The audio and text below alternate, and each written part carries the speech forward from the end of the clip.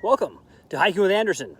I'm Dr. Owen Anderson, and we're continuing on the Moral Law series. Today, what we're going to look at is how to derive Moral Law 2. Now, in a previous video, I talked about what it means to derive the Moral Law, and we went over Moral Law 1 as an example, deriving Moral Law 1. So we'll use those same skills, those same tools that we addressed in that video now as we move on to Moral Law 2. And Moral Law 2 has to do with thinking and presupposition. So again, to derive a moral law, we start off with a fundamental feature of human nature, and upon analysis of that feature, we get the moral law. So the fundamental feature of human nature we're going to think about for moral law 2 is thinking. It's self-evident that we think.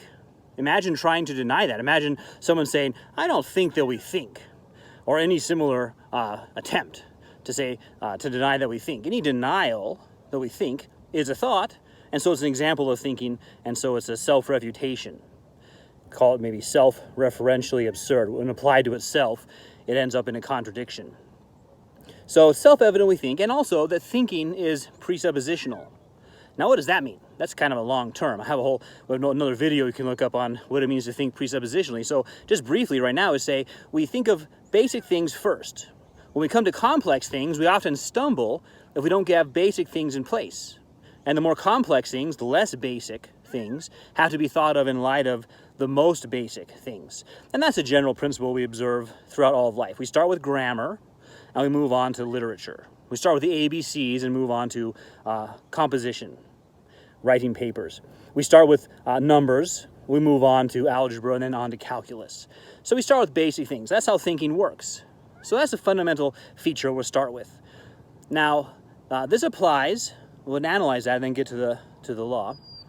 This applies to thinking about the eternal and infinite.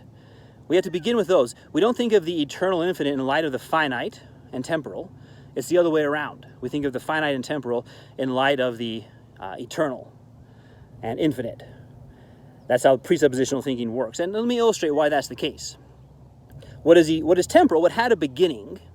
We ask, where did it come from, right? This is very common. Someone sees something and say, well, where did that come from?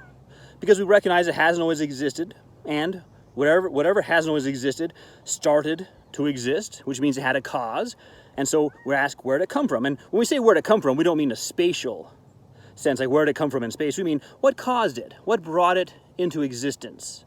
And we can go back and back and back, right? Because you might give an answer that is itself also temporal. And so then we'll ask the same question, where did that come from? So our minds are pressing us back to something that didn't come from somewhere, something that had no beginning. We're asking what has always existed, and that, what has always existed, explains what is temporal. And the same thing would be true about the finite also, because those go together. What has existed from eternity is infinite, that than which there is no greater. And what is temporal is limited and finite. So the same thing is true for that, and also for changeable. What is temporal is changeable. Minimally, in this sense, it came into existence. It changed from not existing to existing. But it's also changeable in time as it grows or decreases. And what is eternal is not changing. It's already that than which there is no greater, doesn't increase or decrease. So eternal, infinite, unchangeable go together, and temporal, finite, and changeable go together as ideas. So that gets us to the moral law. We're not to think of God in light of human nature. We're to think of human nature in light of God. And also, we're not to think of human nature in light of nature itself. That's just the temporal in light of the temporal. Some people might do that, say human is the image of the animal, or God is the image of humans, and God is just a projection of human nature writ large. That's what many thinkers in the modern age have said, like Feuerbach or Freud, Marx. God is just part of our imagination, and we just think of God as basically just like us, but greater, a projection of ourself.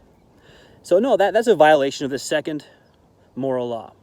And that's what we call idolatry, right? And you might think of just an idol as like a physical statue. There he is, there's Jupiter Olympius, or Diana of Ephesus. You say, that's an idol.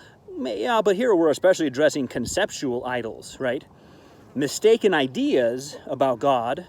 And so when we get into the moral law, we'll be looking at applications and how divisive mistaken ideas of God have been and can be, and how to overcome them with presuppositional thinking. So the law, second moral law, we're not to think of the eternal and infinite in light of the temporal and finite. that's the law, derived from the reality of thought and the order of thought, that it's presuppositional. Deriving Moral Law 2. Thanks for joining me.